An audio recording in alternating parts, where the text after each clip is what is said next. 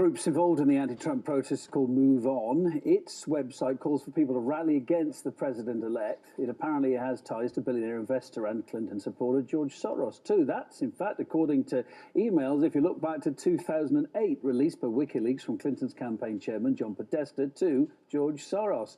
In fact, they gave tips on how to steer American voters. For example, financing groups operating at campaign rallies. Move On was among them. Here's Ghani Chichikam. Outraged by Donald Trump's victory in the presidential election, tens of thousands of people have taken to the streets across the U.S. to protest. Many demonstrators are refusing to accept Trump's victory. It looks like advocacy groups played a hand in organizing the seemingly spontaneous protests. Among them, an organization called Move On, which is funded by George Soros, a Hillary Clinton supporter and billionaire. The day after Trump was elected, the group sent out a press release saying, "Within 2 hours of the call to action, Move On members had created more than 200 gatherings nationwide, with the number continuing to grow on Wednesday afternoon."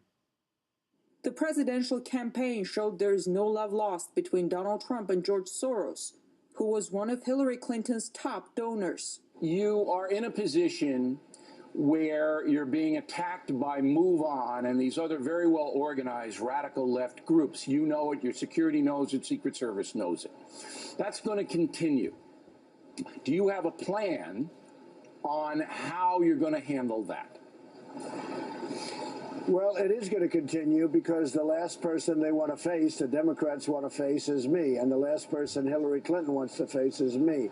That was during the election campaign. But apparently Trump's victory in the election didn't stop the Soros organization from campaigning against him. Those who are stirring it up, and they do, many of them work for George Soros's front organizations, are really telling those innocent protesters and perhaps less innocent protesters that they're in danger, that they're endangered by Trump, even though Trump has done nothing but preach unity since he actually won the elections. In essence, what the opponents of Trump now are doing is exactly what they accused him of planning to do if he lost, which is disputing the results of an entirely fair election. It's an election where they've had all the media power and more of the money, and yet they've lost to him and to the voice of those ordinary people in the American shires who are normally ignored and forgotten. George Soros is known for stirring up anti-government protests in other countries, and it looks like the upcoming Trump administration might see a few.